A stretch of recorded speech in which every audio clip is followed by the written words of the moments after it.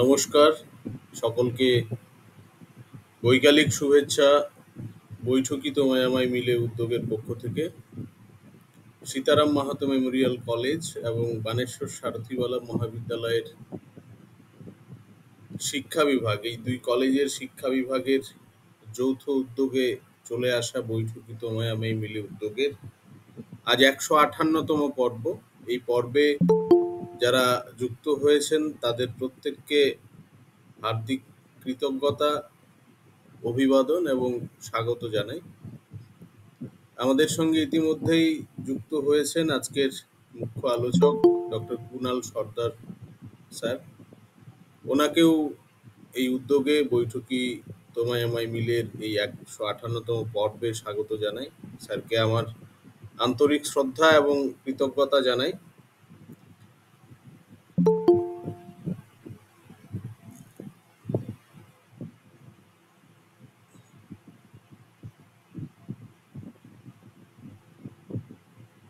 আমরা ইতিমধ্যেই আমাদের সময় হয়ে গেছে। আমরা একেবারে মূল আলোচনার দিকে এগিয়ে যেতে চাইব, কিন্তু তার আগে আমাদের আজকের যিনি আলোচক রয়েছেন, আমার আমার যে পূর্বতন কলেজ, আমি যদিও পূর্বতন কলেজ মানে বলতে রাজি নয়, আমি এটা বলিও না, কিন্তু তবুও আইনত পূর্বতন কলেজ, সেই পূর্বতন কলেজের শারীর শিক্ষা বিভাগের বিভাগীয় প্রধান ডক্টর কুণাল সর্দার স্যার। ওনার সম্পর্কে আমি যত বলবো তত কমই হবে, কারণ ওই কলেজে অল্প সময় হলেও, হয়তো অল্প সময়ই কাটিয়েছি একসাথে, কিন্তু সেটাই যেন অনেক বড় কিছু শিখেছি বা অনেক বেশি শিখেছি।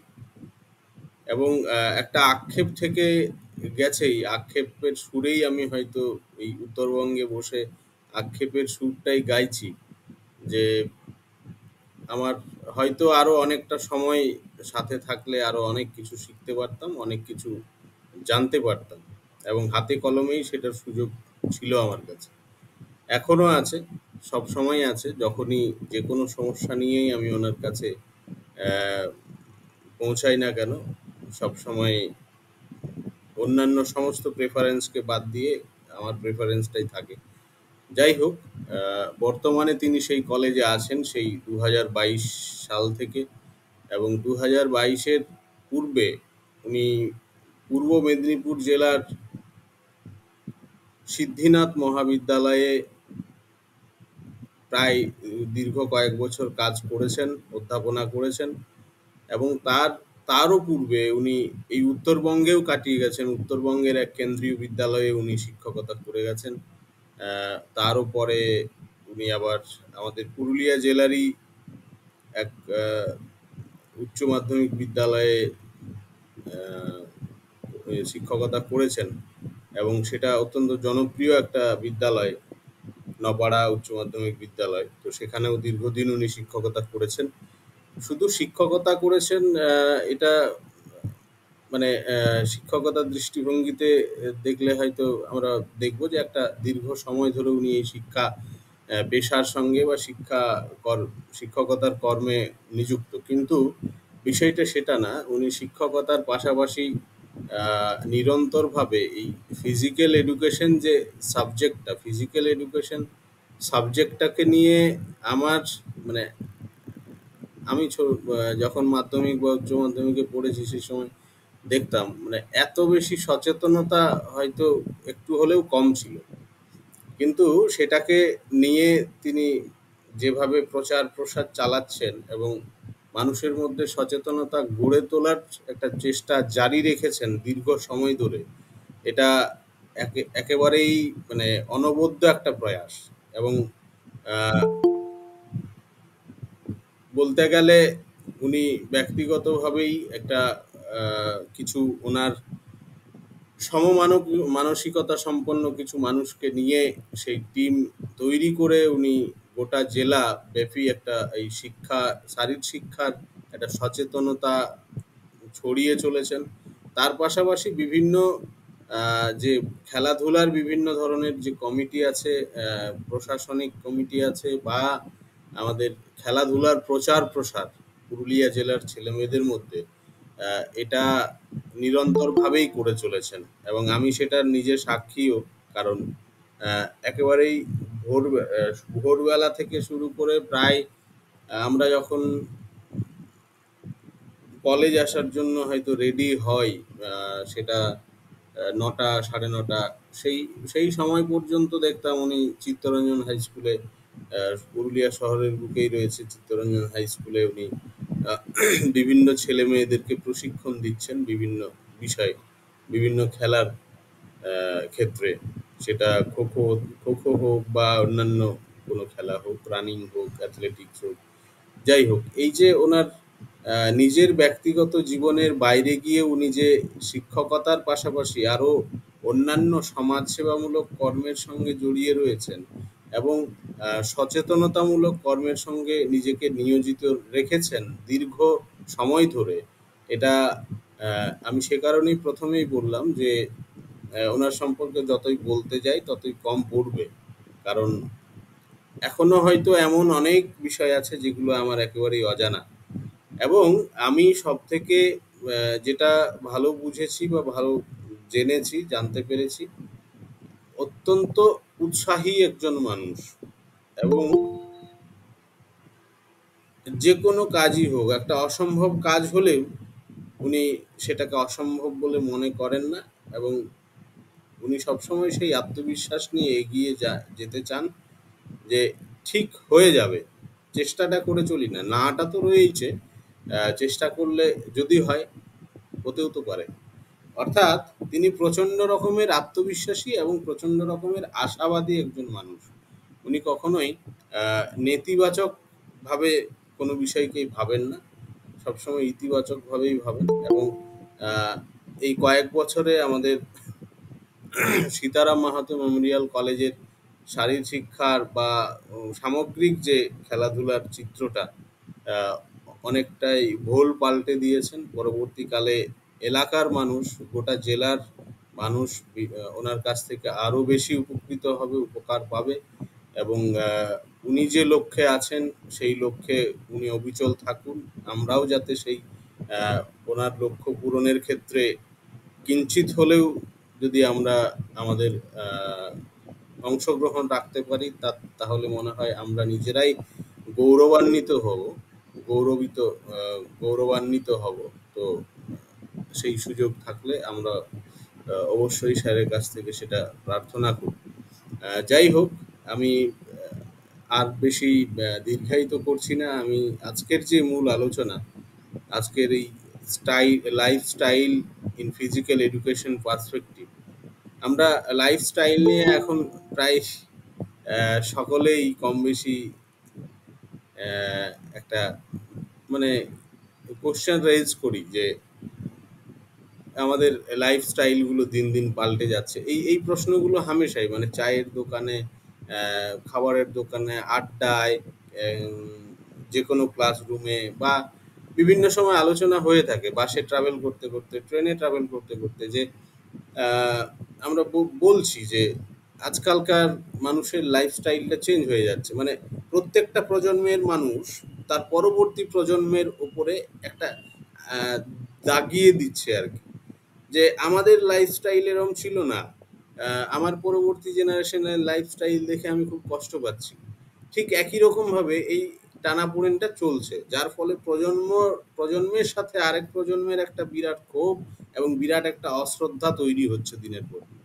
যাই হোক, তো এই লাইফস্টাইল নিয়েই, যদিও সেই লাইফস্টাইলের বিভিন্ন রকমের পার্সপেক্টিভ আছে, সেই পার্সপেক্টিভ, অনেক রকমের পার্সপেক্টিভ আলোচনা হয়তো উনি করবেন না, হয়তো ছুঁয়ে ছুঁয়ে যাবেন, কিন্তু মূলত ফিজিক্যাল এডুকেশনের পার্সপেক্টিভ থেকে,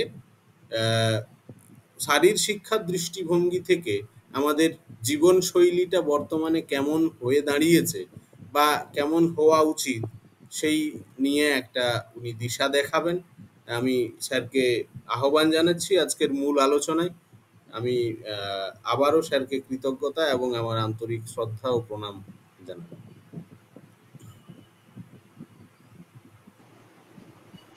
ধন্যবাদ উজ্জ্বল।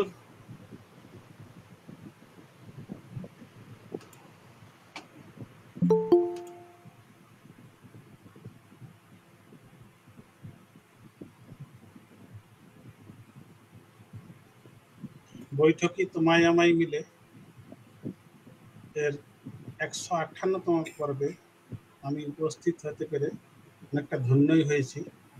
যদিও আমাদের এটা ঘরোয়া অনুষ্ঠান, তবুও এই অনুষ্ঠানে সবসময় থাকার সুযোগ হয় না, কিন্তু আমরা একজনকে সবসময় দেখতে পাই, সে হচ্ছে উজ্জ্বল।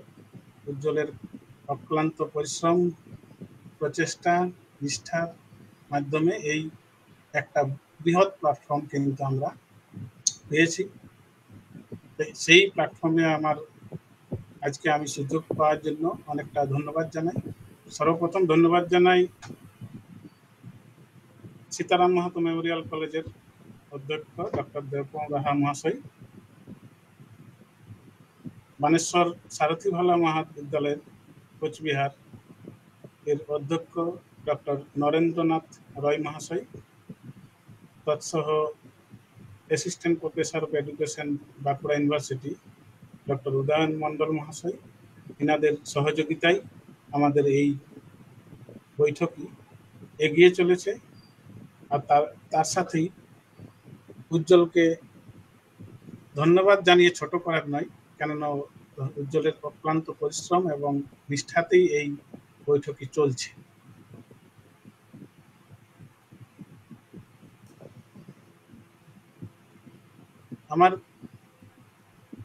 উজ্জ্বল, আমার কথা শোনা যাচ্ছে? হ্যাঁ স্যার, পরিষ্কার শোনা যাচ্ছে।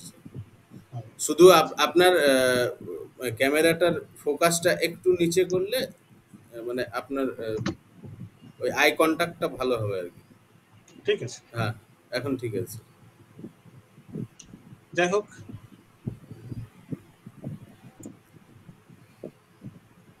এই পর্বে যেহেতু আমি একজন শারীরশিক্ষার শিক্ষক, উজ্জ্বলের কাছ থেকে আমরা সকলেই অবগত হয়েছে। স্যার, শারীরশিক্ষার স্যার একটু ইন্টারাপ্ট করছি। আমাদের সঙ্গে শুধু ত্রিপুরা থেকে একজন স্যার জয়েন করেছেন, ডক্টর সন্দীপ রায় সরকার। ধন্যবাদ স্যারকে এই বৈঠকিতে আসার জন্য। স্যার আমাদের সঙ্গে থাকুন, এই আশা রাখি। যেহেতু আমি শারীরশিক্ষার শিক্ষক, সেই উদ্দেশ্যে আমার ছাত্রছাত্রীদের সাথে আমার কিন্তু এই জীবনশৈলী সম্পর্কে আলোচনা আমাদের হয়েই থাকে। কিন্তু আমাদের শারীরশিক্ষার পরিপ্রেক্ষিতে জীবনশৈলী কেমন হওয়া উচিত এবং বিশ্বের যে মানচিত্র, তার সম্বন্ধে আলোচনা করার যে কোনো প্ল্যাটফর্মে যখনই পাই, তখনই কিন্তু তার সুযোগ হাতছাড়া করার যাতে না করি তার ব্যবস্থাই আমি করে থাকি। তার জন্য এই টপিকসটাই আমি নির্বাচন করেছিলাম। যাই হোক, আমি টপিকসে যাওয়ার আগে একটু আমার স্লাইডটা শুরু করে নিই।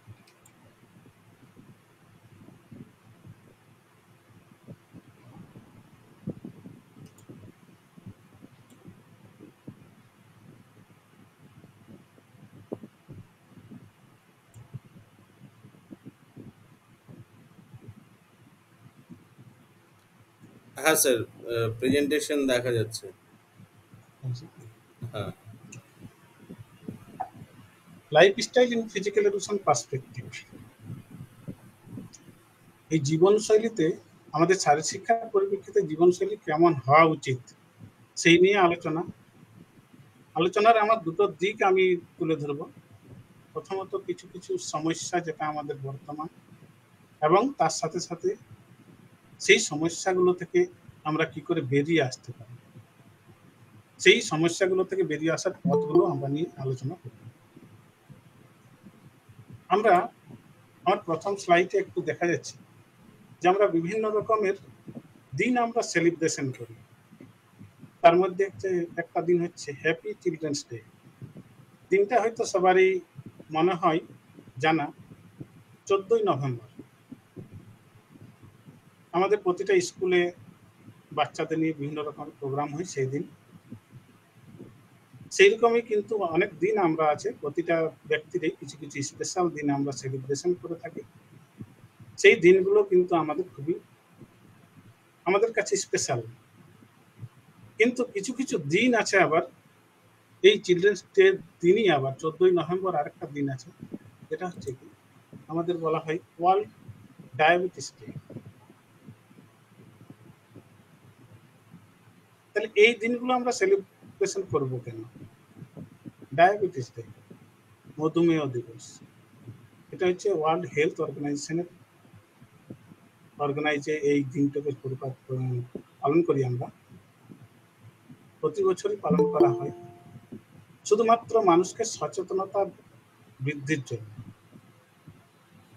ডায়াবেটিস কি?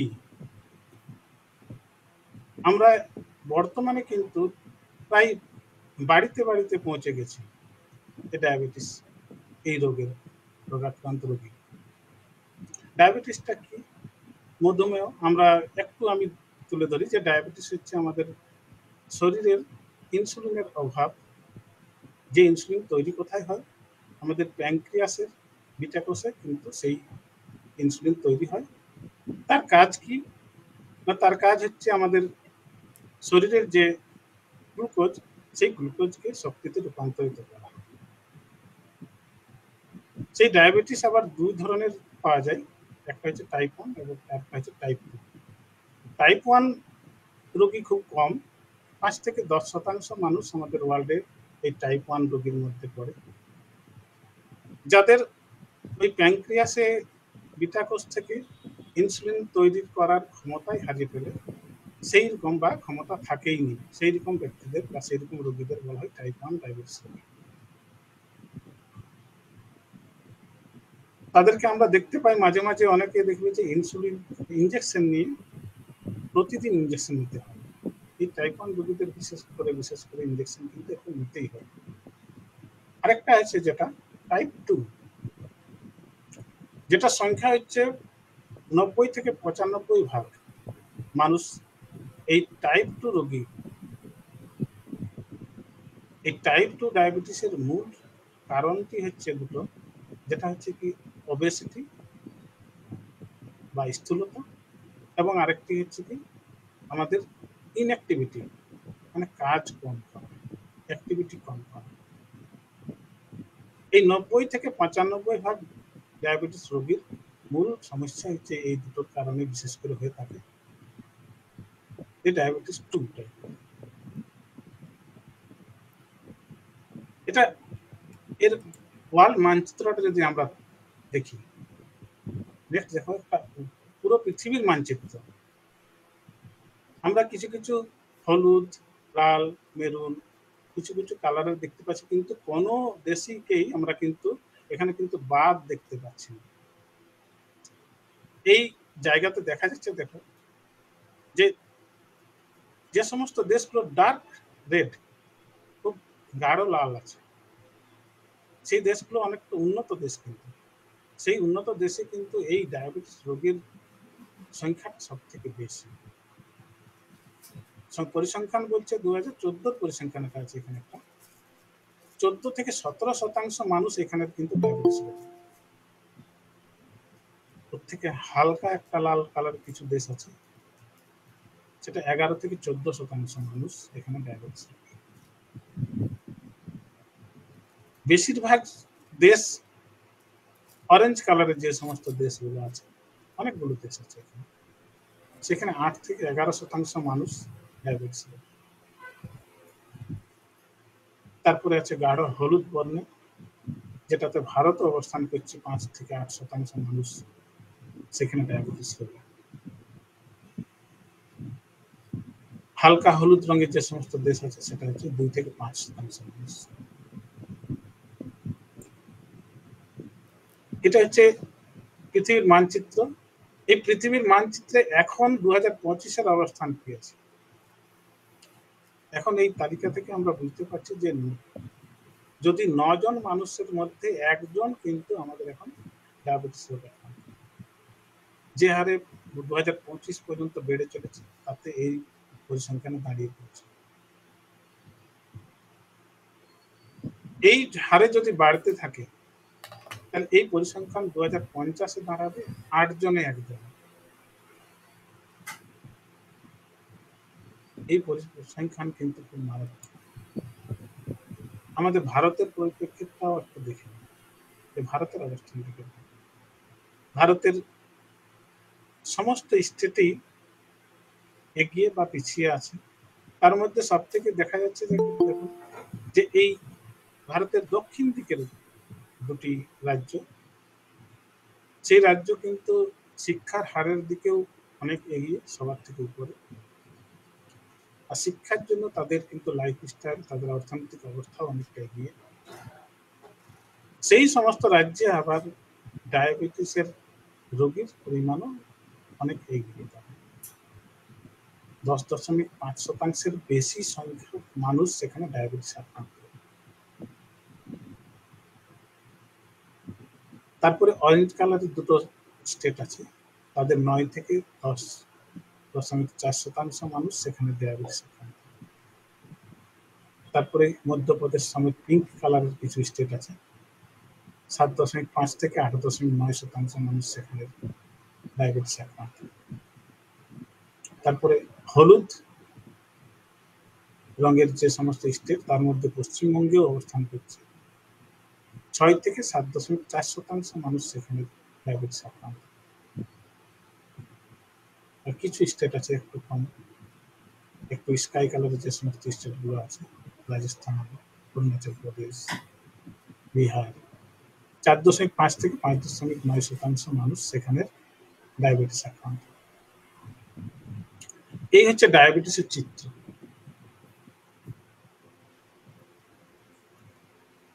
আমাদের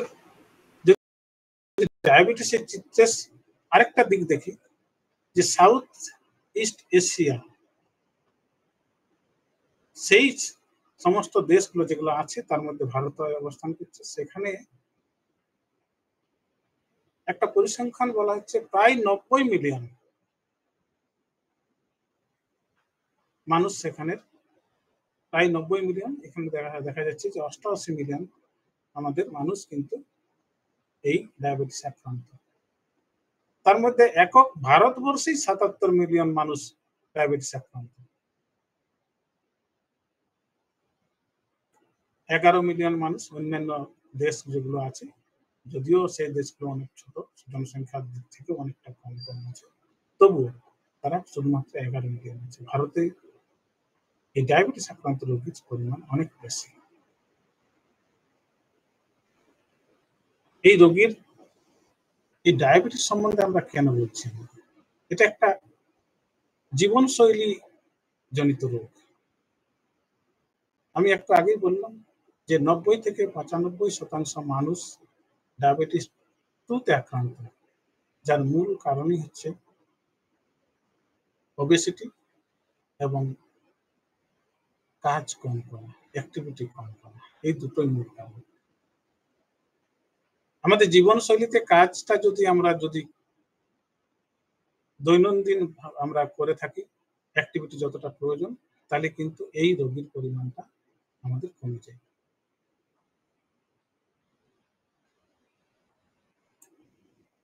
আরেকটা জীবনশৈলী জনিত রোগ, আমরা আরেকটা মানচিত্র আমরা দেখব। আরেকটা দিন আমরা সেলিব্রেশন করি না, এটাকে আমাদের সেলিব্রেশন বলা চলে না, সেদিন আমরা পালন করি এই যে আনন্দের সহিত না, সচেতনতার জন্য। হাইপারটেনশন ডে, 17 মে ওয়ার্ল্ড হাইপারটেনশন ডে। উচ্চ রক্তচাপ, এটা একটা পৃথিবীর বড় সমস্যা।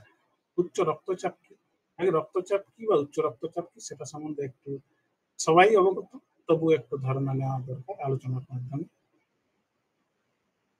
যে আমাদের শরীর সঞ্চালন হচ্ছে অনেকগুলো সিস্টেমের মাধ্যমে। যে সমস্ত সিস্টেমগুলো আছে, যেমন অস্থিতন্ত্র, পেশিতন্ত্র, অস্থি আমাদের কাঠামো তৈরি করে, পেশি আমাদের শরীরের অবয়ব পুরোটা তৈরি করে আকৃতিটা, সেরকম আবার অভ্যন্তরীণ যে সমস্ত অ্যাক্টিভিটি চলে সেগুলোর জন্য আছে আমাদের রক্ত সংবহনতন্ত্র, শ্বসনতন্ত্র, জননতন্ত্র, রেচনতন্ত্র, পাচনতন্ত্র, এরকম অনেকগুলো তন্ত্র আমাদের কাজ করে। এই রক্ত সংবহন তন্ত্রের যে সমস্ত অঙ্গগুলো আছে, সেই অঙ্গগুলোর মধ্যে আমাদের হৃৎপিণ্ড, শিরা, ধমনী, জালিকা। এই হৃৎপিণ্ড আমাদের জন্মলগ্ন থেকে শুরু হয় সবার কাজ, এবং যেদিন আমরা ইহলোক থেকে পরলোকে যাই সেই দিন তার কাজ শেষ হয়। সে কন্টিনিউ ভাবে কাজ করে থাকে, কিন্তু সেই তার কাজকে আমাদের জীবনশৈলীর কারণে কিছুটা বাধাপ্রাপ্ত করে ফেলি। এই হৃৎপিণ্ডের কাজ কি? হৃৎপিণ্ডের কাজ হচ্ছে কি, আমাদের শরীরের যে সমস্ত রক্ত, দূষিত রক্ত আছে, পুরো শরীর থেকে নিয়ে সে ফুসফুসে পৌঁছে দেয়। ফুসফুস সে কাজটা করে কি, সেই দূষিত রক্ত বা ওই কার্বন ডাইঅক্সাইড যুক্ত রক্তকে শোধন করে, আবার অক্সিজেন সেখানে যুক্ত করে, আবার সে হৃৎপিণ্ডে পৌঁছায়। হৃৎপিণ্ড সেই রক্তটাকে আবার পুরো শরীরে সঞ্চালন করে। এই প্রক্রিয়াটা আমাদের চিরন্তন চলতে থাকে। হৃৎপিণ্ডের এই সংকোচন প্রসারণ চলার সময়, এই সংকোচনের ফলে, হৃৎপিণ্ডের সংকোচনের ফলে আমাদের ধমনী গাত্রে যে পার্শ্বচাপ সৃষ্টি হচ্ছে রক্তের, সেই পার্শ্বচাপকে বলছি আমরা সিস্টোলিক ব্লাড প্রেসার। যেটা আমাদের এই স্লাইডের যেটা ডান দিকে আছে, 90/60, 120/80, 140/90, তার ওই 90, 120, 140 যে ইন্ডিকেশন গুলো আছে, সেগুলো কিন্তু সিস্টোলিক ব্লাড প্রেসার। এই সিস্টোলিক ব্লাড প্রেসার হচ্ছে কি, যখন আমাদের হৃৎপিণ্ড সংকোচন হচ্ছে সেই সময় ধমনী গাত্রে যে চাপ হচ্ছে সেটাকে বলছি আমরা সিস্টোলিক ব্লাড প্রেসার। এই প্রেসার কিন্তু আমাদের ধমনী গাত্রের যে চাপ, পার্শ্বচাপ, সেটা কিন্তু সংকোচনের সময়ও হয় থাকে এবং প্রসারণের সময়ও থাকে। কিন্তু হৃৎপিণ্ডের সংকোচন প্রসারণের সময় একটু কমে যায়। সেই হৃৎপিণ্ডের প্রসারণের সময় যে পরিমাণ চাপ থাকে, সেই চাপটা দেখুন নিচে 60, 80, 90 যে ইন্ডিকেশন আছে, সেই ইন্ডিকেশন গুলো, সেগুলো হচ্ছে এটা হচ্ছে আমাদের ডায়াস্টোলিক ব্লাড প্রেসার, ডায়াস্টোলিক রক্তচাপ। প্রথম ইন্ডিকেশন যেটা আছে 90 থেকে 60, সেটা হচ্ছে কি সিস্টোলিক। ডায়াস্টোলিক যদি সেইরকম থাকে, তার থেকে কম থাকে, তাহলে আমরা তখন বলি লো ব্লাড প্রেসার। 120/80 যদি হয়, তার কাছাকাছি, সবসময় 120/80 যে দাঁড়িয়ে থাকবে তা নয়, সেটাকে বলছি আমরা নর্মাল ব্লাড প্রেসার। আর যখন 140 থেকে 90 এই মাত্রা তার থেকে বেশি হয়ে যায়, তখন আমরা হাই ব্লাড প্রেসার। এই হাই ব্লাড প্রেসার, এই রোগীটাও কিন্তু আমরা আমাদের জীবনশৈলী ঘটিত রোগ। দৈনন্দিন যে আমাদের জীবন চর্চা, সেই যদি দৈনন্দিন জীবন চর্চা যদি আমাদের সঠিকভাবে আমরা করে থাকি, তাহলে কিন্তু এই রোগের প্রকোপ থেকে আমরা বাঁচতে পারব।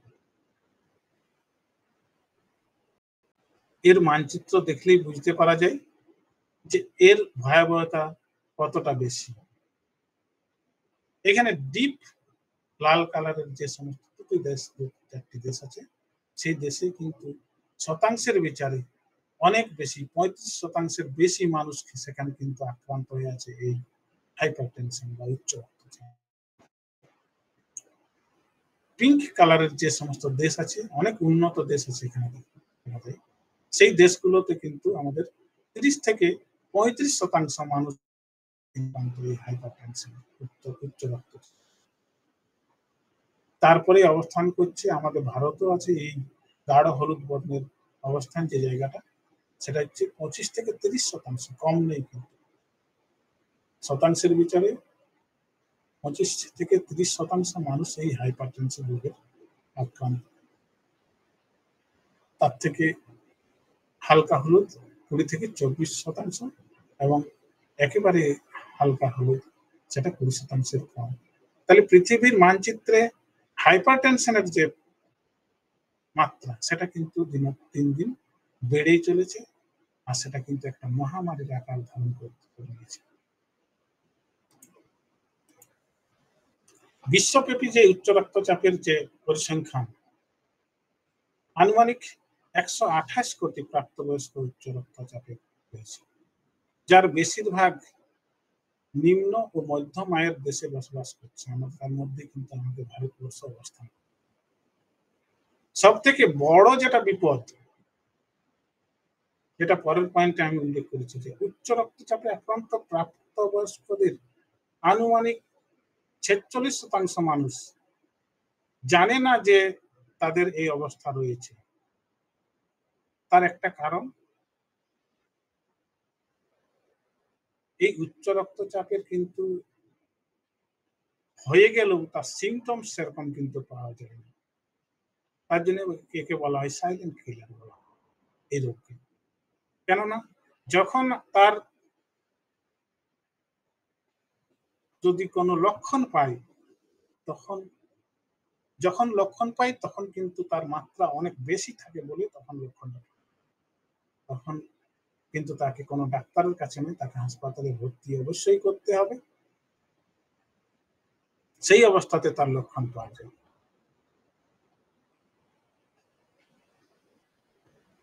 এই উচ্চ রক্তচাপে আক্রান্ত প্রাপ্তবয়স্কদের অর্ধেকেরও কম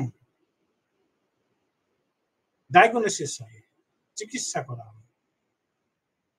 উচ্চ রক্তচাপের আক্রান্ত প্রতি 5 জন প্রাপ্তবয়স্কের মধ্যে একজনের এটি নিয়ন্ত্রণ রয়েছে, পরিসংখ্যান রয়েছে, আর 4 জন অনিয়ন্ত্রিত অবস্থায়।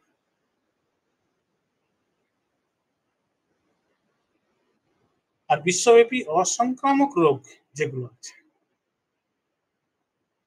সেই রোগের মধ্যে সব থেকে বেশি হচ্ছে কিন্তু উচ্চ রক্তচাপ আছে।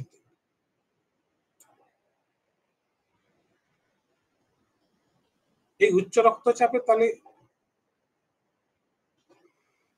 এর কি করা উচিত? আমাদের কিন্তু একটা বয়সের পর সকলকেই ব্লাড প্রেশার পরিমাপটা করা উচিত এবং সেটা নোট ডাউন করে রাখা উচিত যে আমাদের সেই রক্তচাপ বাড়ছে কি কমছে। একটা বয়সের পরে আমাদের ডায়াবেটিসের ডায়াগনোসিস করার জন্য ব্লাড টেস্ট অবশ্যই করা উচিত। একটা বয়সের পরে সেগুলো কিন্তু করা উচিত। সব থেকে মারাত্মক দিক হচ্ছে উচ্চ রক্তচাপের এই যেটা হচ্ছে কি, আমাদের বেশিরভাগ মানুষ জানে না যে উচ্চ রক্তচাপ তার হয়েছে। এই দিকটা কিন্তু সবসময়কে নজর দিতে হবে। তাছাড়া কিন্তু যখন জানতে পাওয়া যাবে যে উচ্চ রক্তচাপ হয়েছে, তখন কিন্তু সামনে বিপদ হওয়ার সম্ভাবনা খুব বেশি। আমরা বর্তমানে কিন্তু খুব দেখতে পাই যে স্ট্রোকের পরিমাণ প্রচন্ড বেড়েছে, হার্ট অ্যাটাকের পরিমাণ প্রচন্ড বেড়েছে। হঠাৎ হার্ট অ্যাটাক হয়ে গেল, একটা 30 বছরের তরতাজা যুবক যুবতী, তার হার্ট অ্যাটাক, কোনো লক্ষণ নেই। তার মূল কারণই থাকে কিন্তু এই উচ্চ রক্তচাপ। হঠাৎই তো হয় না, উচ্চ রক্তচাপ হয়তো তার আগের থেকেই ছিল, সে কিন্তু সেটাকে হয়তো খেয়াল করেনি। তাহলে এখন সকলেরই উচিত যে এই ব্লাড প্রেশার টেস্টটা করা উচিত। আর এই টেস্টটা করব, এগুলোর মূল কারণ তো আমাদের যে হচ্ছে কি, যে ইনঅ্যাক্টিভিটি, তার কারণেই কিন্তু এই উচ্চ রক্তচাপ। আরেকটা ইনঅ্যাক্টিভিটি জনিত আরেকটা রোগ আছে সব থেকে মারাত্মক, সেটা হচ্ছে ওবেসিটি। আমরা আরেকটা দিন পালন করি, world obesity day, 4th March.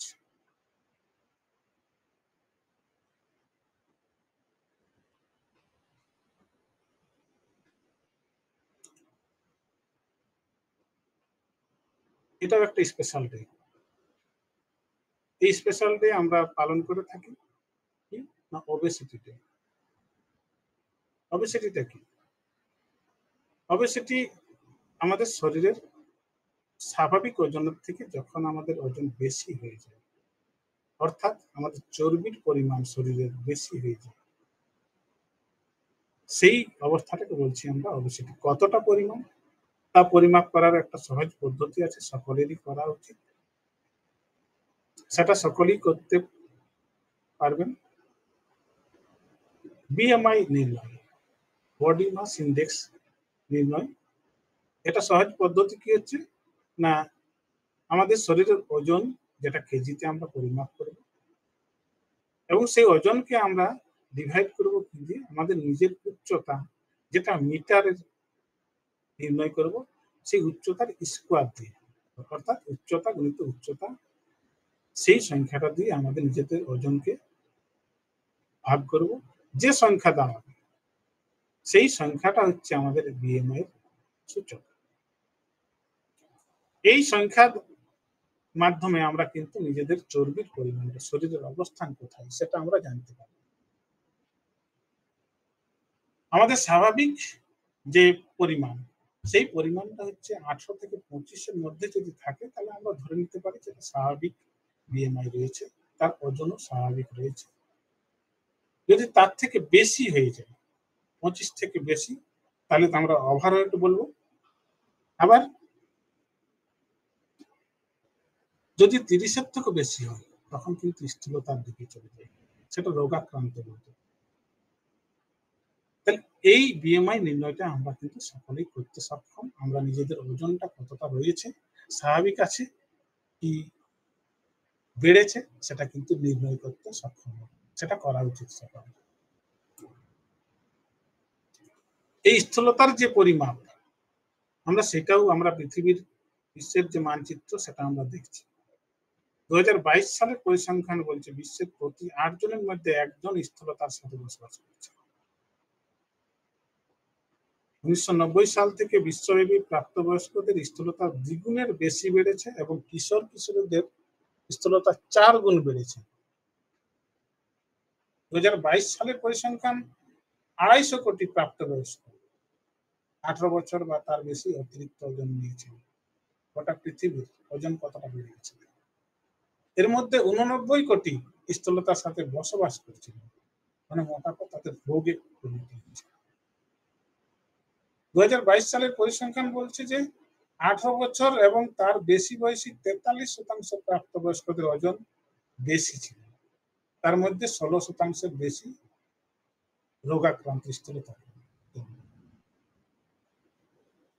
2024-এর আরেকটা পরিসংখ্যান দেখা যাচ্ছে যে 5 বছরের কম প্রায় 3.5 কোটি শিশু অতিরিক্ত ওজনের ছিল। অনেক সময় আমরা নিজেদের শিশুদেরকে বিভিন্ন রকম খাবার খাইয়ে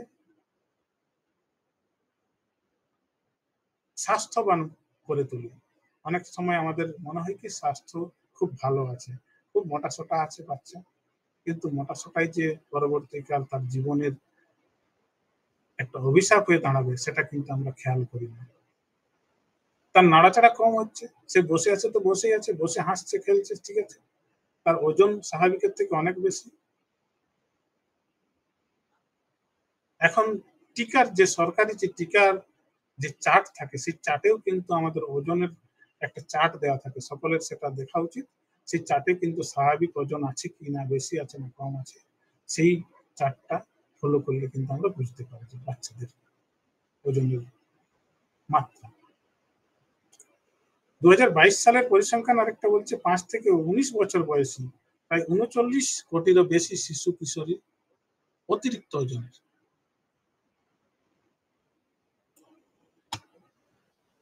যার মধ্যে 16 কোটি স্থূলতার সাথে বসবাস করছে। এই হচ্ছে আমাদের স্থূলতার মানচিত্র। ওবেসিটি রেট যদি কি গোটা পৃথিবীতে কম নয়, ভারত একটু নিম্নগামী হলেও, যাতে যে সমস্ত উন্নয়নশীল বা উন্নত দেশ আছে তাতে একটু নিম্নগামী থাকলেও কিন্তু সেখানেও কম সংখ্যা, 9 থেকে 9 প্রায় 10% মানুষ কিন্তু ওবেসিটি আক্রান্ত। আমাদের গ্রিন লাইনে আছি, কিন্তু সেটাও 10% কম নয়।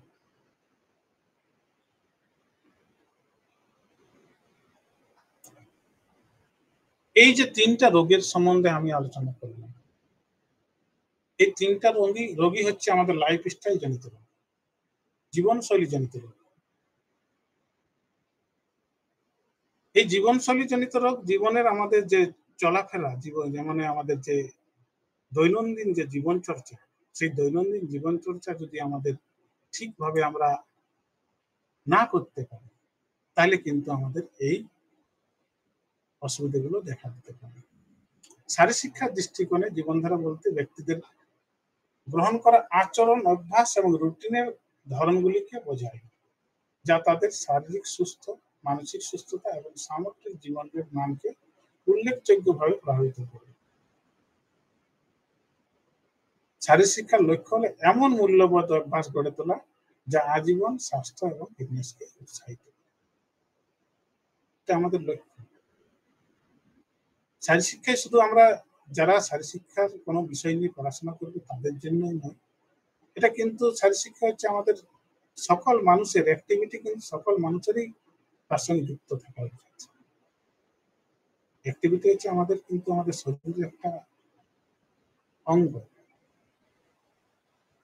আমাদের বেঁচে থাকার জন্য যে সমস্ত দিকগুলো সবসময় খেয়াল করতে হয়, যেমন আমরা শ্বাস যদি না নিই, শ্বাস প্রশ্বাস বাতাস যে নিচ্ছি আমরা, সেটা কিন্তু বেশিক্ষণ বাঁচতে পারবে না।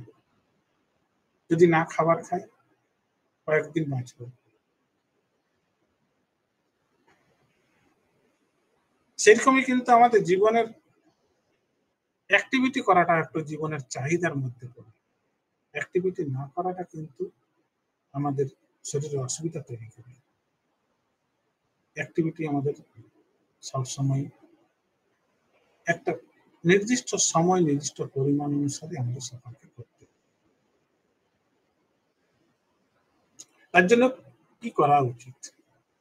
আমাদের দৈনন্দিন যে জীবন চর্চা, তাতে কিছু কিছু দিক আছে আমাদের কিন্তু করতেই হবে। তার মধ্যে হাঁটা, চলা, জগিং করা, দৌড়া, খেলা, যোগ চর্চা, সাইকেল চালানো, এইগুলো কিন্তু অ্যাক্টিভিটির মধ্যে পড়ে। আমাদের দৈনন্দিন যে জীবনশৈলী, এখন বিশেষ করে শহর কেন্দ্রিক যে মানসিকতা, শহর কেন্দ্রিক যে মানুষের জীবনযাত্রা, তাতে কিন্তু আমাদের এই সমস্ত অ্যাক্টিভিটি খুব কমে গেছে। সকাল থেকে রাত পর্যন্ত দৌড়াচ্ছি কোনো গাড়িতে বা কোনো যন্ত্রের মাধ্যমে, কাজ করছি, বসে কাজ করছি, খাচ্ছি, ফাস্ট ফুড খাচ্ছি। এর মাধ্যমে কি হচ্ছে, আমাদের অ্যাক্টিভিটি, শরীরের যে দৈনন্দিন যে চাহিদা রয়েছে অ্যাক্টিভিটি, সেই চাহিদা কিন্তু আমরা মেটাতে পারছি না। তার জন্য কিন্তু আমাদের উপরোক্ত যে সমস্ত সমস্যাগুলো আমি তুলে ধরলাম, বিশেষ করে বৃহৎ সমস্যা এখন, সেই সমস্যাগুলোর সম্মুখীন আমরা হচ্ছি। তাহলে আমাদের দৈনন্দিন জীবন চর্চাতে কিন্তু এই হাঁটা চলা, এগুলো কিন্তু আমরা জানিও না, সকলে জেনে শুনেও আমরা কিন্তু করি না, করতে হবে। ওই জন্য আমাদের যদি আমরা দৈনন্দিন জীবন চর্চা করি, তাহলে আমাদের ফিটনেস লেভেলটা কিন্তু অনেকটা আমাদের বেড়ে যাবে। ফিটনেস, আমরা ফিজিক্যাল ফিটনেস বা শারীরিক সক্ষমতা যেটা বলছি, সেই সক্ষমতা আমরা দুটো দিক আছে। আমরা একটা দিক এখানে তুলে ধরবো, সেটা হচ্ছে কি স্বাস্থ্য সম্পর্কিত যে সক্ষমতা, সেই দিক। স্বাস্থ্য ঠিক রাখার জন্য যে সমস্ত দিকগুলো আমাদের খেয়াল রাখতে হবে, তার মধ্যে হচ্ছে cardio respiratory endurance, muscular strength, flexibility, muscular endurance, body composition. Cardio respiratory endurance হচ্ছে কি আমাদের হৃৎপিণ্ড এবং ফুসফুসের সহনশীলতা, তার যে কাজ করার যে মাত্রা, তার কাজ কি? মূলত কাজ হচ্ছে যে আমাদের শরীরে অক্সিজেন সরবরাহ করা। আমরা যে অ্যাক্টিভিটি করছি সেই সময় কিন্তু গোটা পুরো শরীরের যে অক্সিজেন প্রয়োজনীয়তা, তা কিন্তু চাহিদা মেটানোর কাজটা এরা করে থাকে। সেটা বেশিক্ষণ ধরে কাজ করার ক্ষমতাকে উৎসাহিত করতে কিন্তু যার যতটা ক্ষমতা থাকবে, কার্ডিওস্পেটিক যেরকম থাকবে, দক্ষতা যেরকম থাকবে, সে কিন্তু তত বেশি কাজ করতে পারে। তাহলে এই দক্ষতাটা কিন্তু আমাদের খুব প্রয়োজন। ২ নম্বর হচ্ছে মাসকুলার স্ট্রেংথ। পেশির শক্তি প্রয়োজন আছে। পেশির শক্তি বৃদ্ধি করা যায়, সেটা কিন্তু অ্যাক্টিভিটির মাধ্যমে বৃদ্ধি করা যায়। যদি আমরা অ্যাক্টিভিটি করি তাহলে কিন্তু এই পেশির শক্তি আমাদের স্বাভাবিক যতটা থাকা প্রয়োজন আছে দৈনন্দিন জীবনচর্যাতে, বিশেষ করে দৈনন্দিন আমাদের বেঁচে থাকার জন্য যতটা শক্তি সেটা তো দরকার। আমরা যদি ইনঅ্যাক্টিভ লাইফ স্টাইলে যদি ডিল করি তাহলে কিন্তু এই দৈনন্দিন দিনে দিনে কিন্তু আমাদের যে শক্তি, মাসেলের শক্তি, সেটাও কিন্তু কমতে থাকে। সেটা গেইন করার জন্য একটাই জায়গা আছে, সেটা যদি আমরা অভ্যাস করি, সময় ধরে অভ্যাস করি, দৈনন্দিন যদি আমরা চর্চা করি, তবেই কিন্তু আমাদের সেই শক্তি আমরা ধরে রাখতে পারি। তার সাথে সাথে আছে ফ্লেক্সিবিলিটি বা নমনীয়তা, মোবিলিটি। আমাদের জীবন ধারণের জন্য এই নমনীয়তাটাও আমাদের শরীরের একটা গুরুত্বপূর্ণ উপাদান। যদি শরীর ফ্লেক্সিবল না হয়, আমাদের সাধারণ কাজগুলো, যে আমাদের নিজস্ব যে চলা হাঁটা বা নিজস্ব যদি আমরা বসে খাই, তাও তো আমার একটা ফ্লেক্সিবিলিটি, হাতের দরকার আছে, কোমরের দরকার আছে। আমাদের দৈনন্দিন যে সমস্ত কাজগুলো করি তাতেও তো দরকার আছে, সেগুলোর জন্য কিন্তু ফ্লেক্সিবিলিটি দরকার আছে। আমরা যদি সেইটা বাড়ানোর জন্য চেষ্টা করি তাহলে কিন্তু আমাদের দৈনন্দিন যে জীবনচর্চার মধ্যে যোগ ব্যায়াম বা ফ্লেক্সিবিলিটি বৃদ্ধি করার জন্য বিভিন্ন রকম এক্সারসাইজ আছে, যেগুলো খালি হাতে ব্যায়াম আছে, সেগুলো যদি করে থাকি তাহলে কিন্তু আমাদের এই ফ্লেক্সিবিলিটি আমাদের উন্নত হবে এবং আমাদের ফিটনেস লেভেলটা আমাদের ঠিক থাকবে। সেরকম হচ্ছে মাসকুলার এন্ডুরেন্স। এই মাসকুলার এন্ডুরেন্স আমাদের পেশির সহনশীলতা, পেশি অনেকক্ষণ ধরে কাজ করার ক্ষমতা। এই ক্ষমতাটা অর্জন তখনই করব আমরা হঠাৎ যদি একতলা থেকে দুতলাতেই আমরা যদি সিঁড়ি ভেঙে উঠি তাহলে দেখবে কষ্ট হচ্ছে, অর্থাৎ পায়ের পেশির ক্ষমতা নেই সেই অতটা আমরা এগিয়ে যাব। আমরা যদি প্রতিদিন আসা যাওয়া করি তাহলে কিন্তু সেই কষ্ট কমে যায়, মানে পায়ের মাসেলের সেই ক্ষমতাটা কিন্তু অর্জন করে ফেলেছে যে একতলা থেকে দুতলা আসা যাওয়াতে কোনো অসুবিধা হয় না। পঞ্চম দিক আছে কি বডি কম্পোজিশন। আমাদের শরীরের তিনটা দিক আমরা যদি খেয়াল করি সাধারণ অর্থে, যে আমাদের শরীরের যে সমস্ত উপাদান নিয়ে গঠিত তার তিনটা দিক খেয়াল করবে। একটা হচ্ছে আমাদের অস্থি, একটা হচ্ছে পেশি, 3 নম্বর হচ্ছে চর্বি। তার যদি অনুপাত ঠিক থাকে তাহলে কিন্তু আমাদের ফিটনেস লেভেলটাও ভালো থাকবে।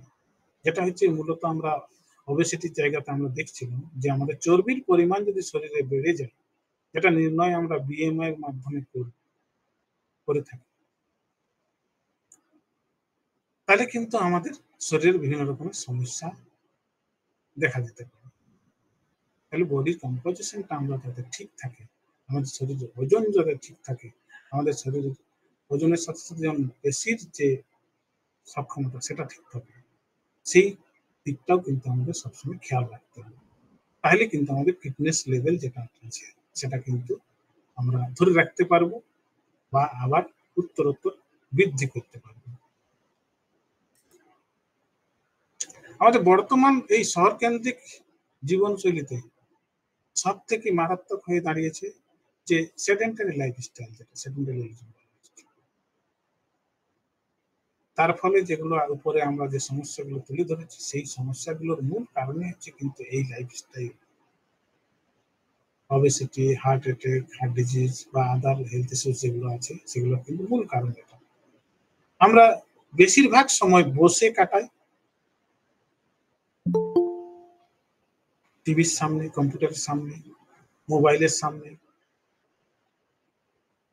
অনিয়ন্ত্রিত খাওয়া দাওয়া করি, অ্যাক্টিভিটি করি না। এই লাইফস্টাইলে কিন্তু আমাদের ভোগবাদ লাইফস্টাইল যেটা বলা হচ্ছে, এখন কিন্তু আমাদের কাজের নয়, আমরা কিন্তু ভোগ করার জন্য সবসময় চেষ্টা করি। তাহলে কিন্তু ভোগের সঙ্গে রোগকেও আমাদের গেন করতে হবে। আমরা যদি ভোগ করবো আর রোগ নেব না তা হয় না, কিন্তু ভোগের সাথে সাথে রোগ নিতে হবে। তাহলে আমাদের যদি শরীর যদি অ্যাক্টিভিটি আমরা করে থাকি তাহলে কিন্তু রোগ মুক্তি থেকে আমরা মুক্তি পাবো। তার জন্য কি করা হচ্ছে, আমাদের যে খাবার অভ্যাস সেটাকে কিন্তু ঠিক রাখতে হবে। আমাদের হেলদি ইটিং হ্যাবিট প্রয়োজন আছে। কি খাবো কি খাবো না সেটা কিন্তু খেয়াল করতে হবে। কত পরিমাণ খাবো, কত পরিমাণ খাওয়ার প্রয়োজন আছে ততটা দেখতে হবে। প্রয়োজন অতিরিক্ত জিনিস খাবো না। কত মাত্রায় খাবো, কি বেশি খাবো। আমাদের কার্বোহাইড্রেট জাতীয় যে সমস্ত খাবার পাই সেটা আমরা বেশি খাই খেয়ে। ফল, ফ্রুট, সবজি এটসেট্রা তার মাত্রাটা তার থেকে, দুধ, মিল্ক, মাছ, মাংস, ডিম তার থেকে কম। তেল জাতীয় খাবার, ঘি, মাখন, দুধ সেটা কম। এই মাত্রাগুলো যদি আমরা পরিবর্তন করে ফেলি, মাছ মাংসের পরিমাণ বেশি খেলাম, ঘি মাখনের পরিমাণ বেশি খেলাম, দুধের প্রোডাক্ট বেশি খেলাম, তাহলে কি তার সঙ্গে সঙ্গে ফাস্ট ফুডের যে এখন চল রয়েছে, তার ফলে কি হচ্ছে আমাদের শরীরে কিন্তু গেইন করবে অতিরিক্ত ওজন। এগুলোর ওজনের সঙ্গে সঙ্গে আমরা কিন্তু গেইন করব, আমাদের অর্জন করবো কিছু কিছু রোগ। অতিরিক্ত ওজন অবেসিটি একটা রোগে পরিণত হয়, তার সাথে সাথে তার কারণে হচ্ছে কি আমাদের ডায়াবেটিসও হচ্ছে, তার সাথে সাথে কিন্তু হাইপারটেনশন হচ্ছে। তাহলে এই তিনটা রোগ একসঙ্গে কিন্তু একে অপরের সঙ্গে জড়িত। আর যেটা হচ্ছে পৃথিবীর একটা বড় সমস্যা, বেশিরভাগ মানুষ একটা অনেক অনেক লোক, অনেক জনসংখ্যা এই রোগে আক্রান্ত পৃথিবীতে। আমাদের শারীরশিক্ষার বিভিন্ন রকম অ্যাক্টিভিটি কিন্তু এই দিকটা যেমন দেখে, তারপরে অন্য দিক আছে যেটা আমাদের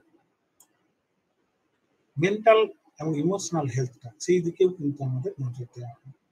আমাদের ফিজিক্যাল অ্যাক্টিভিটির মধ্যে কিছু কিছু দিক আছে, যেমন team work, fair play, coping strategies. সব থেকে যেমন হচ্ছে কি টিম ওয়ার্ক, আমরা কিন্তু দলগত খেলা, দলগত অ্যাক্টিভিটি তার দিকে কিন্তু বেশিরভাগ জোর দিয়ে থাকি। কেন, দলগত চেতনাতেই কিন্তু আমাদেরকে কিন্তু মানসিকতার পরিবর্তন নিয়ে আসে। যে কোনো কাজ যদি আমরা দলগতভাবে করে থাকি, যেটা সেই দলগত মানসিকতা কিন্তু দলগত খেলার থেকেই আমরা পেয়ে থাকি। বাচ্চার থেকে যদি দলগতভাবে খেলার একটা অভ্যাস হয়ে থাকে, তাহলে পরবর্তীকালে সেই দলগত চেতনা তাকে কিন্তু টিম ওয়ার্ক, দলগতভাবে কোনো কাজ করার মানসিকতা তৈরি করে দেয়। বর্তমান কিন্তু আমরা নিউক্লিয়ার ফ্যামিলিতে বিশ্বাস করছি আর নিউক্লিয়ার থাকার চেষ্টা করছি। তার ফলে কি হচ্ছে, দলগত মানসিকতা তৈরি হচ্ছে না, আর তার ফলে আমাদের দলগত চেতনাও তৈরি হচ্ছে না, আমাদের মানসিকতাও তৈরি হচ্ছে না একসঙ্গে কাজ করার, আর আমাদের মানসিকতার বিকাশও হচ্ছে না সেরকম। সেই জন্য টিম ওয়ার্ক একটা বড় প্রয়োজন, যেটা আমাদের ফিজিক্যাল অ্যাক্টিভিটির মাধ্যমে করা হয়ে থাকে, ফিজিক্যাল এডুকেশনের বিভিন্ন অ্যাক্টিভিটির মাধ্যমে করা হয়ে থাকে। আমরা খেলার মাঠেই দেখেছি ফেয়ার প্লে, যেটা আমাদের জীবনে কিন্তু খুব কাজে লাগে। যারা এই খেলাধুলার মাঝে থাকে তারা কিন্তু ফেয়ার প্লে, আমরা দেখেছি যে একটা দল জিতেছে, একটা দল হেরেছে, তবু খেলার শেষে কিন্তু তারা দুই দল হাতে হাত মিলিয়ে মাঠ ত্যাগ করছে। খেলার মাঝে যদি কোনো ছেলে বা মেয়ের, কোনো খেলোয়াড়ের লেগে গেল, আঘাত লেগেছে, কিন্তু বিপক্ষ দলের খেলোয়াড় তখন কিন্তু সেই জায়গাতে পৌঁছে যায়। এটা হচ্ছে ফেয়ার প্লে মানসিকতা। আমরা তো এখন ক্রিকেট মাঠেও দেখি, সচরাচর দেখতে পাই কি না, একজন ব্যাটসম্যান ব্যাট করছে, তার জুতোর লেসটা খুলে গেছে, কে বাঁধছে এসে না বোলার, বোলার বেঁধে দিচ্ছে জুতোর লেস, তার বলে হয়তো তারপরের বলে হয়তো 6 মারবে, কিন্তু সে কিন্তু ভালো করেই জুতোর লেসটা বেঁধে দিচ্ছে। এই যে ফেয়ার প্লে মানসিকতা, এই মানসিকতাকে আমাদের কিন্তু জীবনে চলার পথকে, মানসিকতাকে তৈরি করতে সাহায্য করে, যেটা আমাদের খেলার মাঠ থেকে পেয়ে থাকি, ফিজিক্যাল অ্যাক্টিভিটি, বিভিন্ন অ্যাক্টিভিটির যে অংশগ্রহণের মাধ্যমে পেয়ে থাকি, সেটা কিন্তু আমাদের মানসিকতাকে অনেকটা উন্নত করতে পারে। কপিং স্ট্র্যাটেজিস, বিপক্ষকে প্রতিহত করার যে মানসিকতা, সেটা কিন্তু আমাদেরকে এগিয়ে যেতে সাহায্য করে। সেটা কিন্তু আমাদের এই খেলার মাঠ থেকে বা অ্যাক্টিভিটি থেকে আমরা পেয়ে থাকি। এর সাথে সাথে আরেকটা দিক খেয়াল করতে হবে, আমরা অ্যাক্টিভিটি করছি, খাবার আমরা ঠিক পরিমাণে খাচ্ছি, যেটা আমাদের দরকার আছে জীবনের, জীবনশৈলীর মধ্যে অ্যাক্টিভিটি করা, খাবার খাওয়া, তার সঙ্গে আরেকটা দিক হচ্ছে কি রেস্ট এন্ড রিকভারি। পর্যাপ্ত পরিমাণে ঘুম প্রয়োজন আছে। বর্তমান এই স্ক্রিনের যুগ বলা চলে, এখন মোবাইলের স্ক্রিনে আমরা সবসময় লেগে থাকি, কম্পিউটার স্ক্রিনে সবসময় লেগে থাকছি, বা টিভির স্ক্রিনে লেগে থাকছি। এই স্ক্রিনের যুগে কিন্তু ঘুমটা অনেক কমে গেছে, যার জন্য আমাদের শরীরের যে ভারসাম্য সেটাও কিন্তু নষ্ট হয়ে যাচ্ছে। এই প্রপার স্লিপটা প্রয়োজন আছে। তাছাড়া আমরা কিন্তু যে কোনো কাজ আমরা ভালোভাবে করতে পারবো না। অনেক সময় অনেকে খেয়াল করি যে টাইম ঠিকভাবে ম্যানেজ করা যাচ্ছে না, তার জন্য ঘুমটাও ঠিক হচ্ছে না, দেরিতে হচ্ছে। আমরা অনেক সময় অনেক বাচ্চাকে উৎসাহিত করি রাত্রেবেলা পড়াশোনা কর। আগেকার দিনে কিন্তু সেই জিনিসটা ছিল না। সে তো আমাদের ঘরে বাড়ির লোকে কি বলতো আমাদের সামনে, যে না তাড়াতাড়ি ঘুমিয়ে পড়ো, ভোরবেলা উঠে যায়, ভোরবেলা উঠে যদি পড়াশোনা করি তাহলে কিন্তু সেটা কিন্তু খেয়াল ভালো থাকে। এখন উল্টো হয়ে দাঁড়িয়েছে, রাত্রেবেলা রাত জেগে পড়াশোনা কর, দিনের বেলা ঘুমিয়ে পড়। তার ফলে কি হচ্ছে, তার একটা যে জীবন চক্র, সেই চক্রটাই কিন্তু চেঞ্জ হয়ে গেল। পরবর্তীকালে যখন সে দৈনন্দিন জীবনে ফিরছে ছাত্র জীবন থেকে, তখন কিন্তু তার অবস্থা হয়ে দাঁড়িয়েছে রাত্রেবেলা ঘুম আসছে না, দিনের বেলা কাজের সময় ঘুম আসছে। এই ঘুমানোর জন্য আমাদের প্রপার স্লিপটা কিন্তু সবারই প্রয়োজন আছে। শরীরের সুস্থতার জন্য ঘুম প্রয়োজন আছে। কিরকম, আমাদের কিন্তু এখানে একটা চার্ট আমি তুলে ধরেছি। সেই চার্টে কিন্তু অনেকগুলো দিক আছে যেগুলো করা উচিত, কিছু করা উচিত না। কতটা ঘুমানো উচিত, প্রথম পয়েন্টেই দেখা যাচ্ছে যে প্রতিদিন আমাদের নির্দিষ্ট সময়ে যদি আমরা ঘুমিয়ে পড়ি, সেই অভ্যাসটা যদি করে তুলি, তাহলে কিন্তু ঘুমের ব্যাঘাত আমাদের খুব কম হয়। নির্দিষ্ট সময়ে ঘুমাবো, দেখবে তাহলে নির্দিষ্ট সময়ে উঠারও সময়টা নির্দিষ্ট হবে।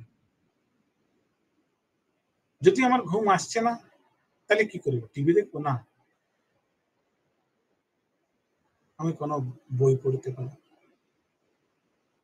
কোনো কম আলোতে কোনো কাজ করতে পারি। সেই পরিবেশটাকে তুলে ধরতে হবে। সেরকম আমাদের ঘুমাবার যে পরিবেশটা, সেটাকে ঘুমাবার পরিবেশ তৈরি করতে হবে। যদি আমার বেডরুমে খুব চড়া লাইট জ্বলে, আমার ঘুম হবে? তাহলে আমাদের সেই অন্ধকার পরিবেশে যদি ঘুম ভালো হয়, সবার রিল্যাক্স, কিন্তু শরীরের রিল্যাক্স কিন্তু অন্ধকারেই ভালো হয়। লাইট জ্বালিয়ে অনেকের ঘুমানোর অভ্যাস থাকে, সেই তাতে কিন্তু পুরো শরীর ঘুমিয়ে পড়ে না, কিছুটা অংশ জেগেই থাকে। তাহলে আমাদের অভ্যাস করতে হবে ডার্ক পরিবেশ, অন্ধকার পরিবেশে, একদম শান্ত পরিবেশে ঘুমিয়ে পড়া।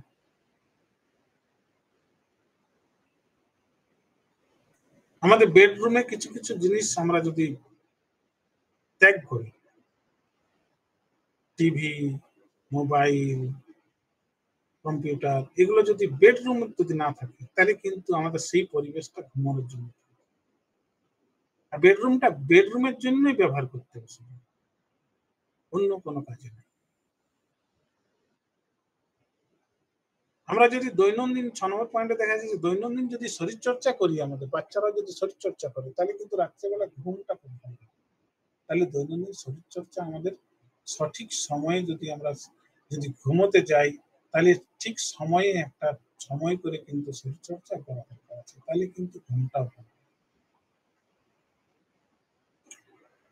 যদি ঘুমের ব্যাঘাত ঘটছে বা না ঘটছে, আমাদের ডায়েরি মেনটেন করা উচিত। যদি ঘুমের ব্যাঘাত ঘটছে, আমরা ডায়েরিতে দেখলাম যে কি কারণে, মানে কি কি করেছি আজ আমার ঘুম হলো না, তাহলে কি কি করলাম আজ আমার ঘুম হলো। তাহলে কিছুদিন পরে যদি আমরা পরিসংখ্যান দেখি যে আমরা কি কি করলে কি কি বিষয়ে আমার ঘুমের ব্যাঘাত ঘটছে, আমরা সেটাকে ত্যাগ করি, এগুলো কিন্তু করা উচিত। আমাদের ঘুমাবার আগে আমরা কিন্তু জানি, অনেকে জানি কিন্তু জেনেও অনেক সময় করে থাকে যে ঘুমাবার আগে আমাদের বিশেষ করে স্ক্রিন থেকে দূরে যাওয়া। আধ ঘন্টা থেকে ১ ঘন্টা আগেই যদি মোবাইল ত্যাগ করি, টিভি ত্যাগ করি, তারপর ঘুমোতে যাই, আর ঘুমাবার আগে যদি ১ কাপ কফি খেয়ে নিই তাহলে তো ঘুম হবে না। বা ১ কাপ চা খেয়ে নিলাম, ঘুম হবে না। তাহলে এগুলো ত্যাগ করতে হবে। তাহলে কিন্তু আমাদের পরিবেশ তৈরি হচ্ছে যেমন, সেরকম ঘুমাবার আমাদের শরীরটাকে তৈরি হয়ে যাচ্ছে রিল্যাক্সের জন্য। আমাদের প্রতিদিনের রুটিনটা ঠিক করে রাখতে হবে যে কখন ঘুমাবো, এটা কিন্তু খেয়াল রাখতে হবে। রাত্রেবেলায় অনেক সময় কি আমরা ভোজবাড়িতে গিয়ে রাত্রেবেলা প্রচন্ড খাবার খেয়ে নিলাম, আমরা ফিরে চলে গেলাম।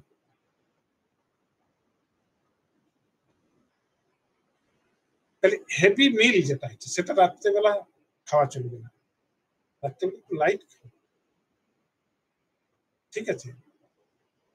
ভোজবাড়িতে গেছি কিন্তু খাবারটা পরিমাণে খাও, বা অন্য দিনে যদি আমরা খাবার খাই সেটা কিন্তু পরিমাণে লাইট খাবার খেতে হবে।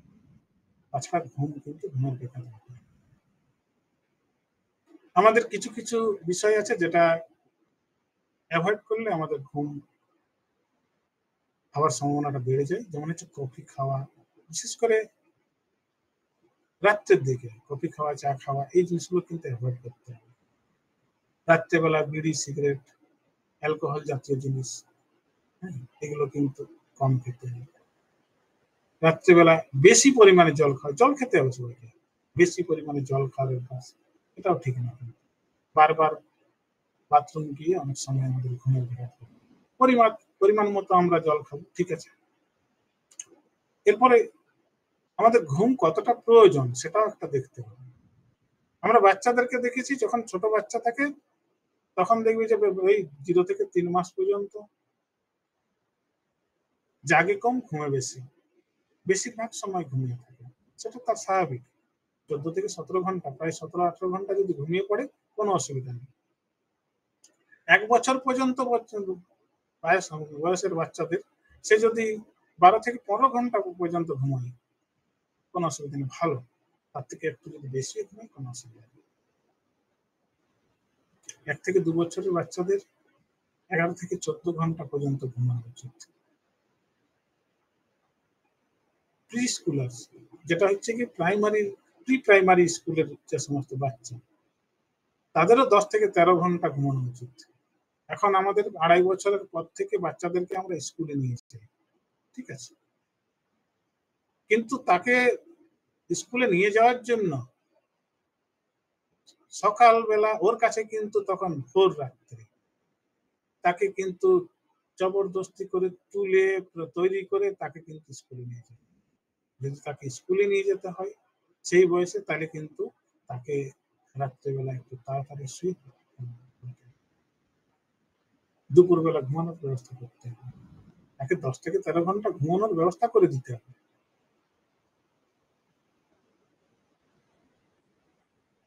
স্কুলের বাচ্চারা 6 থেকে 13 বছর পর্যন্ত প্রাইমারি স্কুলের বাচ্চাদের তাদেরও 9-10 ঘন্টা ঘুমানো উচিত। টিনেজার্স যারা আছে তাদের 8 থেকে 10 ঘন্টা ঘুমানো উচিত। আমাদের বয়স্ক ইয়ং অ্যাডাল্ট যারা আছে তাদের 7 থেকে 9 ঘন্টা ঘুমানো উচিত।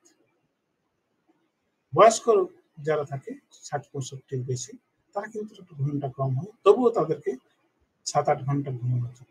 ঘুমটা যদি একবারে না হলো, ঘুমটাকে আমরা কিন্তু ভাগ করেও নিতে পারি।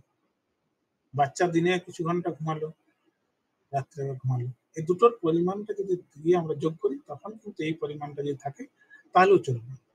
একবারে অনেক সময় এই ঘুমটা হয় না। তবে অ্যাডাল্ট বা ইয়ংদের এদের ক্ষেত্রে কিন্তু একটানা ঘুমানোটাই ভালো, কেননা তাদের ওই দুপুরবেলা, যেমন আজকে যে সময় আমরা এই বৈঠকিতে মিলিত হয়েছি সেই সময় অনেকের ভাত ঘুমের সময়, যারা ভাত ঘুমের সময় কাজে লাগায় তারা এই সময় কিন্তু ভাত ঘুমিয়ে খাওয়া দাওয়ার পরে 2 ঘন্টা ঘুমিয়ে পড়ে। তার ফলে কি হচ্ছে, কিন্তু ভাত ঘুমে যারা আক্রান্ত তারা কিন্তু এই শরীরের ওজন জ্ঞান করাতেও কিন্তু তারা এগিয়ে থাকে। বাচ্চাদের ক্ষেত্রে সেটা আলাদা। আমাদের জীবনে আর কিছু কিছু জিনিস আছে যেগুলো কিন্তু অ্যাভয়েড করতে হবে বা কম করে ফেলতে হবে। বিশেষ করে যেগুলো হচ্ছে আমাদের অ্যালকোহল জাতীয় খাবার, পানীয়, ধূমপান, ড্রাগস, এগুলো কিন্তু ত্যাগ করতে হবে জীবনে। এগুলো কিন্তু আমাদের জীবনের একটা বিশাল ক্ষতি করে ফেলে, আমাদের আয়ুটাই কম করে ফেলে, শরীরের যে ব্যালেন্স থাকে সেটাকে নষ্ট করে, শরীরের যে আভ্যন্তরীণ যে অঙ্গগুলো আছে সেই অঙ্গগুলোর কার্যকারিতাকে নষ্ট করে। যে জীবন চর্চার মধ্যে আমাদের এই বিষয়গুলোকে কিন্তু অ্যাভয়েড করে চলতেই হবে।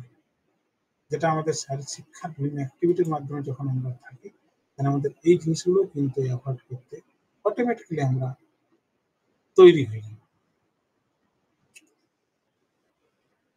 আমাদের যদি জীবনভর যদি আমাদের ফিটনেস ধরে রাখতে হবে, তাহলে জীবনভর ধরে কিন্তু আমাদের কিছু কিছু বিষয়ের পার্টিসিপেশন আমাদের থাকতেই হবে।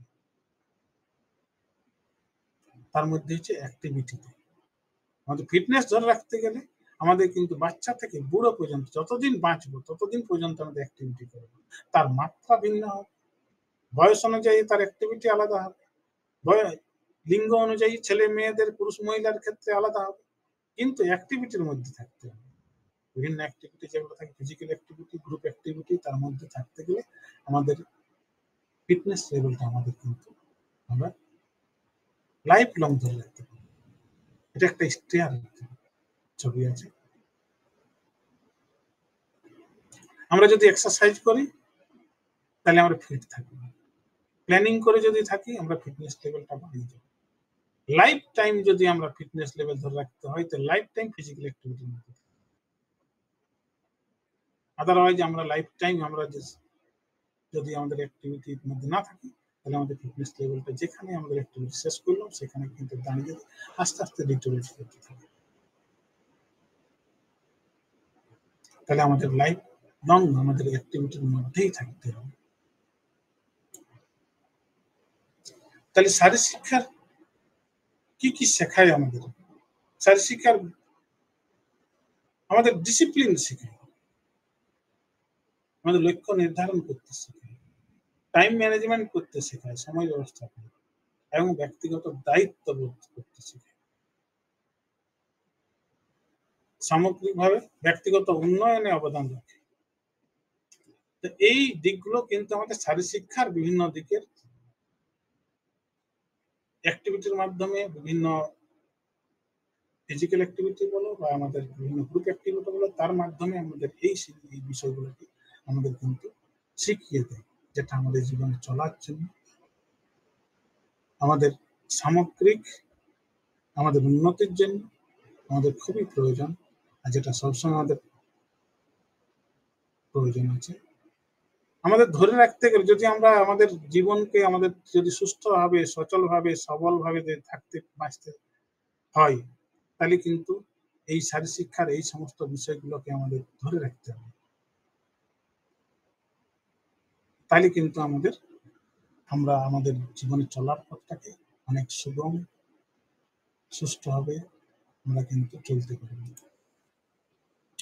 সর্বোপরি শারীরিক শিক্ষার দৃষ্টিকোণ থেকে জীবনধারা হলো দীর্ঘমেয়াদী শারীরিক, মানসিক এবং মানসিক স্বাস্থ্য বজায় রাখার জন্য দৈনন্দিন জীবনে স্বাস্থ্যকর অভ্যাসগুলোকে একত্রিত করা, অভ্যাসগুলোকে একত্রিত করা, আর কিছু না।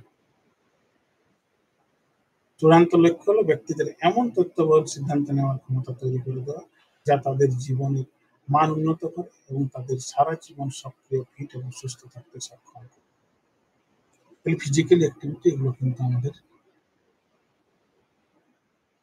গোটা জীবনকে পরিবর্তন করে ফেলে। শারীরিক শিক্ষার বিভিন্ন অ্যাক্টিভিটি আমাদের পুরো জীবনকে একটা আলাদা মাত্রায় নিয়ে যায় যদি আমরা অ্যাক্টিভিটির মধ্যে থাকি, আর আমাদের অ্যাক্টিভিটির মধ্যে থাকতেই হবে।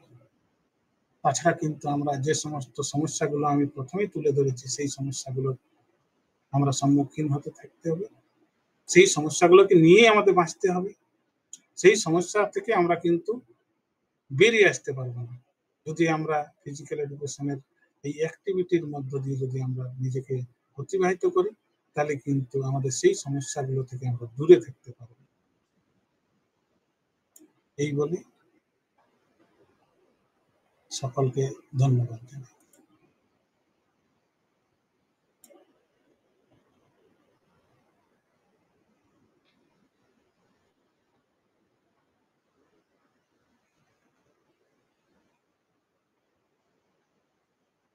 যদি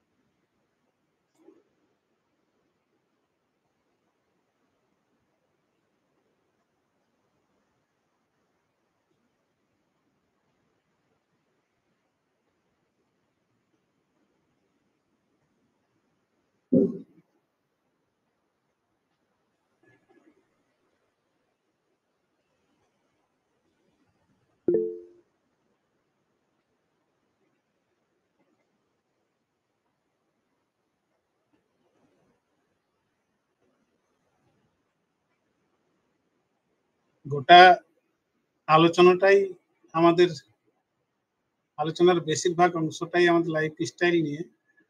আর লাইফ স্টাইল জনিতই সমস্যা হচ্ছে ঘড়ি আমাদের। তাহলে সেটা কমানোর উপায় কি?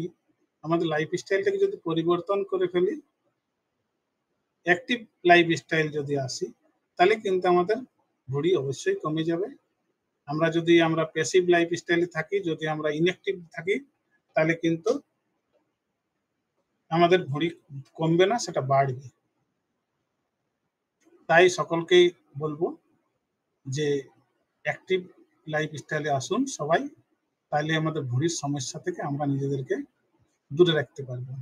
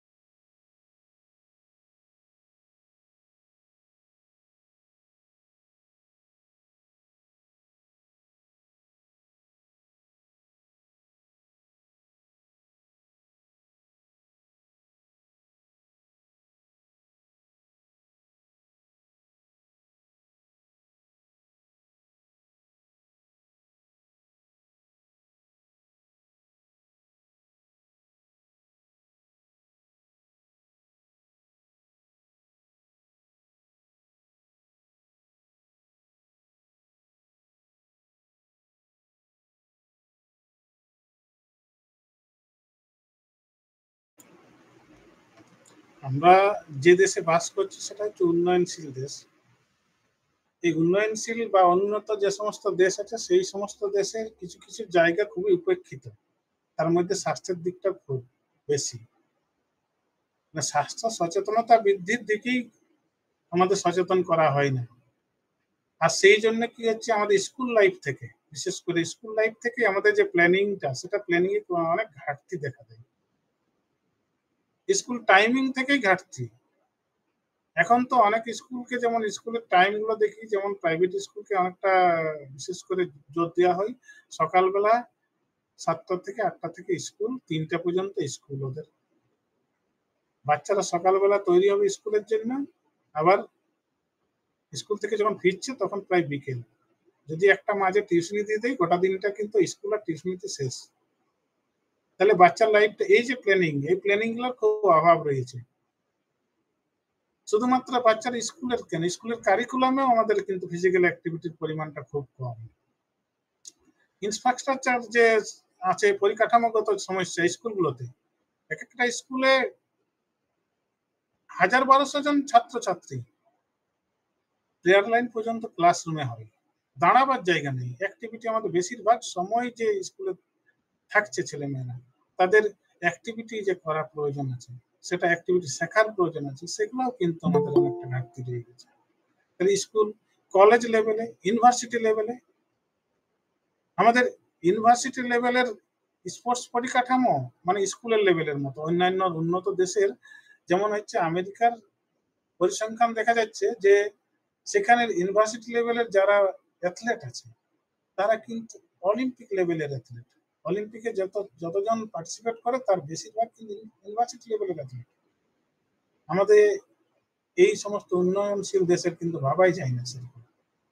তাহলে এই একটা বড় পরিকল্পনা রয়ে গেছে, ঘাটতি। তাহলে স্কুল লেভেল থেকে, সামাজিক লেভেল থেকে সচেতনতা বৃদ্ধি করতে হবে। সেইরকম পলিসি অবশ্যই প্রয়োজন আছে, কিন্তু সেটা হচ্ছে বৃহৎ পরিপ্রেক্ষিতে। আমরা কিন্তু আমাদের আলোচনাটা অনেকটা সেই নিজস্ব ব্যক্তি কেন্দ্রিক আলোচনা হয়েছে। আমরা কি করে সুস্থ থাকবো, এবং আমরা সুস্থ থাকার জন্য চেষ্টা করলাম। এরপরে আমরা যদি সমাজকে সুস্থ, সোশ্যাল ফিটনেসের দিকে যাই যদি, তাহলে সমাজকে সচেতন, সামাজিক অ্যাক্টিভিটি এগুলোও কিন্তু করার প্রয়োজন আছে। আর সোশ্যাল ফিটনেস করতে গেলে কিন্তু তখন আমাদের রাষ্ট্রের ব্যাপারটা চলে আসে। রাষ্ট্র কিন্তু এগিয়ে না এলে কিন্তু আমাদের সোশ্যাল ফিটনেস আসবে না। তাহলে রাষ্ট্রের পলিসি সেরকমই হওয়া উচিত। যদিও আমাদের ঘাটতি সেখানে আছেই, অবশ্যই ঘাটতি আছে। সেই ঘাটতি পূরণ হবে কি হবে না সবই ভবিষ্যৎ বলবে, কিন্তু আমাদের নিজস্ব ঘাটতিগুলোকে আগে মিটিয়ে রাখতে হবে। ধন্যবাদ।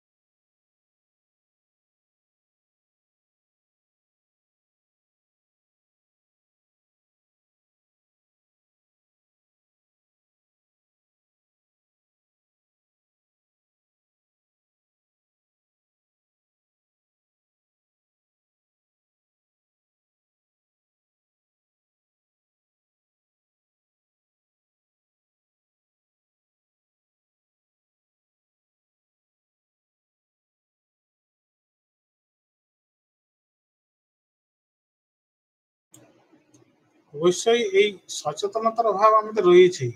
আমরা নিজেদের কর্মক্ষেত্রেই দেখেছি। সেখান থেকে বোঝা যায় যে শারীর শিক্ষার ছেলে মেয়েরা যেটা সমস্যা তুলে ধরবে, যে সেই সমস্ত ছেলেমেয়েরাই সমস্ত অ্যাক্টিভিটি পার্টিসিপেট করে, বাকি অন্যান্য ছেলেমেয়েরা পার্টিসিপেটই করে না। তো ওদের ধারণাই অনেকটা যে ফিজিক্যাল অ্যাক্টিভিটি বা খেলাধুলা আমাদের জীবনের একটা অঙ্গ, সেই ধারণাটা আমরা জন্মাতে পারিনি সবার কাছে। সেটা স্কুল লেভেল থেকে আমাদের ঘাটতিটা রয়ে গেছে। কলেজ লেভেলে এসে সেটা কিন্তু মহামারীর রূপ ধারণ করে, কেননা তখন তারা মাঠের ধারে কাছেই পৌঁছায়নি। স্কুল থেকেই অনেকটা বন্ধ হয়ে আছে অ্যাক্টিভিটি। সেই বন্ধের ফলে কি হচ্ছে, তখন কলেজ লেভেলে একদমই শেষ হয়ে যায়। তাহলে যারা সেই শিক্ষার সঙ্গে যুক্ত থাকে তারাই তখন অংশগ্রহণ করে থাকে। তাহলে এই সচেতনতাটা আমরা কিন্তু ওই বলে না গোড়াই গলদ, সেই গোড়া থেকে যদি জলটা না ঠিক দিতে পারি তাহলে আমাদের ফুল ফল পাবো কি করে? তাহলে আমাদের ওই প্রাইমারি স্কুল থেকে হাই স্কুল থেকেই যদি আমাদের সচেতনতা বৃদ্ধি হয়, স্বাস্থ্য সচেতনতা, স্বাস্থ্য শিক্ষা। আমাদের এতদিন পর, আমাদের বিশেষ করে পশ্চিমবাংলায় তো এতদিন পর আমাদের স্বাস্থ্য শিক্ষা এই এই মানে আমাদের কারিকুলামে ঢুকেছে। আবার ঢুকেছে কারিকুলামে, তার সঙ্গে সঙ্গে কি আছে, শারীরিক শিক্ষাকে আবার এডিশনাল পেপার হিসাবে আমাদের ট্রিট করা হয় 9, 10 এই সমস্ত জায়গায়। শারীরিক শিক্ষা কোনো সময় এডিশনাল হতে পারে? ফিজিক্যাল অ্যাক্টিভিটি কোনো সময় এডিশনাল হতে পারে? ওটা তো আমাদের জীবনের অঙ্গ। তাহলে আমাদের সাবজেক্টটা এটা আমাদের কারিকুলামে থাকবে সবসময়, সেই জায়গাতে আমাদের এখানে এডিশনাল পেপার। সেই এডিশনাল মানসিকতার জন্যই আমাদের কিন্তু আমাদের এই পরিবেশটাও এডিশনাল হয়ে আছে। আমাদের মানসিকতার পরিবর্তন করতে গেলে পলিসির পরিবর্তন করতে হবে, সেটা স্কুল লেভেল থেকে, primary school, high school, college, আমাদের অনেক অ্যাক্টিভিটি বাড়াতে হবে। তাহলে অবশ্যই আমাদের একটা সুস্থ সমাজ গড়ার যে জায়গাটা, সেই সমাজ গড়ার আরো সুস্থ সমাজ আমরা পাবো।